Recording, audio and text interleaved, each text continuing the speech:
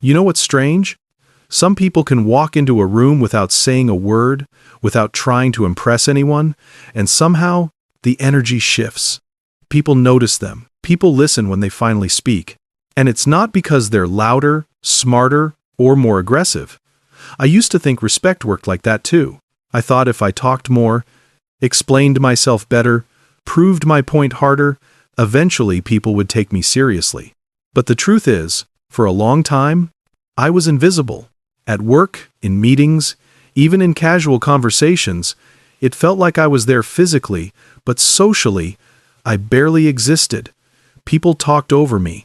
They moved on without my input. And honestly, that messes with your head more than people admit. You start wondering what's wrong with you. Are you not confident enough? Not interesting enough? Not important enough? But here's the part nobody really talks about. The problem usually isn't what you're saying. It's what you're signaling before you ever open your mouth. Because long before people process your words, their brains are already making a decision about you. And once I understood that, something unexpected happened. I didn't become louder. I didn't become meaner. I didn't try to dominate conversations. I changed a few small things, 5, to be exact, and slowly, people started treating me differently. They leaned in, they waited, they asked what I thought. And the wild part is, I was actually saying less than before. For the longest time, I believed respect came from doing more, talking more, explaining myself better, making sure everyone understood my point. So I tried harder, and somehow it only made things worse. The louder I became, the more people tuned me out. The more I justified myself, the less confident I sounded. And that's when I realized something uncomfortable but important. Most of us are taught the wrong rules about confidence and respect. We're told to speak up, stand out, assert ourselves. But no one tells you what actually happens inside the human brain when someone does that. When a person rushes their words, over-explains, or fills every silence, the nervous system on the other side doesn't hear confidence. It hears tension. And tension signals uncertainty. People don't respond to effort.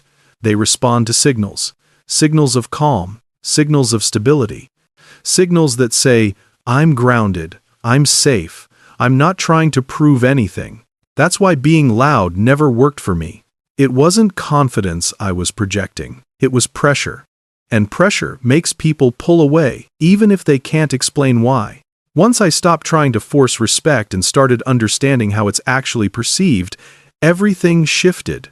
Not all at once. Not dramatically. But consistently.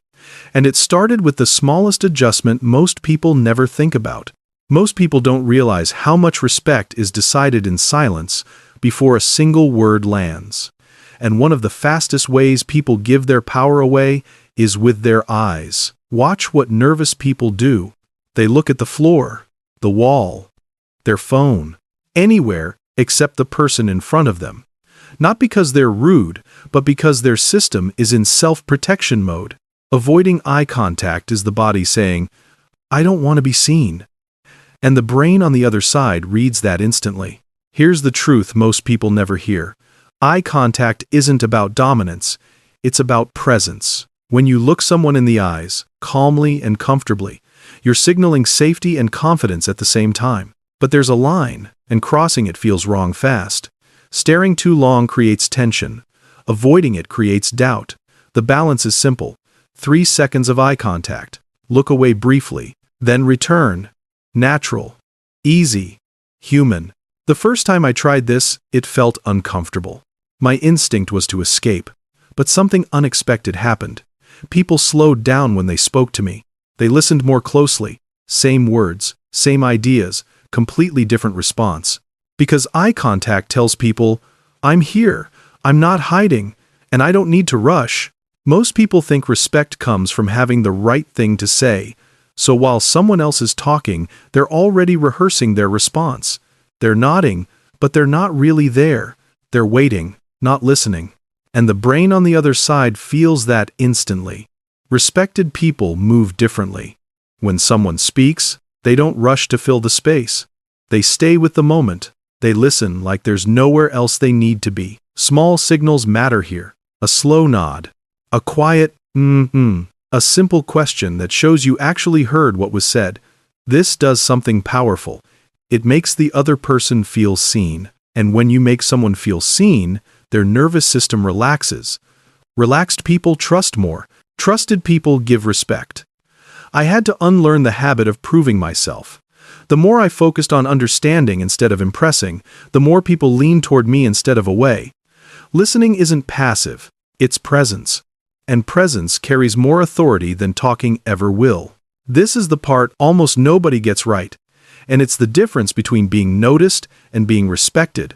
Silence. When tension shows up, when emotions rise, when people start talking over each other, most of us feel an urge to jump in, to explain, to defend, to fix the moment. But the strongest people in the room do the opposite. They pause, they observe, they let the noise burn itself out, and something subtle happens in those seconds of quiet. Curiosity replaces chaos.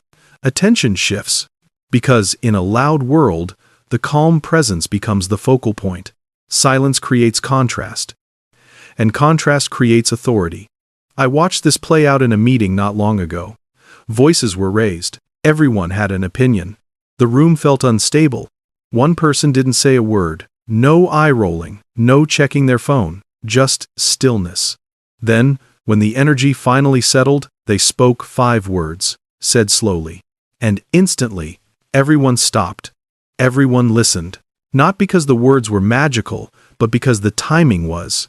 Silence isn't about being cold or manipulative. It's about control of yourself first. Used wrong, silence feels awkward. Used right, it feels grounded. And grounded people don't compete for respect. They attract it. Here's the part most videos never tell you. None of these things work if they're fake. You can stand tall, slow down, hold eye contact, listen deeply, even use silence perfectly, and still feel ignored if, deep down, you don't respect yourself. Because people don't respond to techniques. They respond to alignment. When your actions match what you believe about yourself, everything feels natural. Standing tall isn't about posture. It's about believing you belong in the space you're standing in.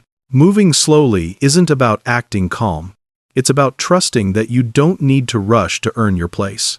Eye contact isn't about confidence tricks. It's about knowing your presence doesn't need permission. Listening isn't about being polite. It's about valuing others without shrinking yourself. And silence isn't about power plays. It's about respecting your words enough not to waste them.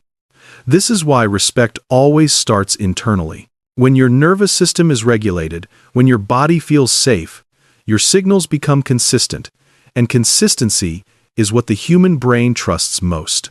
You stop leaking insecurity without trying to be confident. You stop chasing approval without deciding to care less. You simply show up differently, and people feel it before they understand it. When you step back and look at it, none of this is complicated. It's not about becoming someone else. It's about removing the signals that quietly tell the world you don't trust yourself yet. Standing tall reminds people you take up space without apology. Slowing down shows you're not chasing validation. Eye contact tells others you're present and unafraid. Listening proves you're secure enough to let someone else be seen. And silence shows you value your words enough to wait. These aren't tricks, they're signals, and signals are what people respond to long before logic kicks in. So here's what I want you to do. Don't try all 5 at once. Pick one, just one. Practice it for the next 7 days. Not to change how people see you, but to change how you show up. Because when that shifts, respect doesn't need to be asked for. It arrives on its own.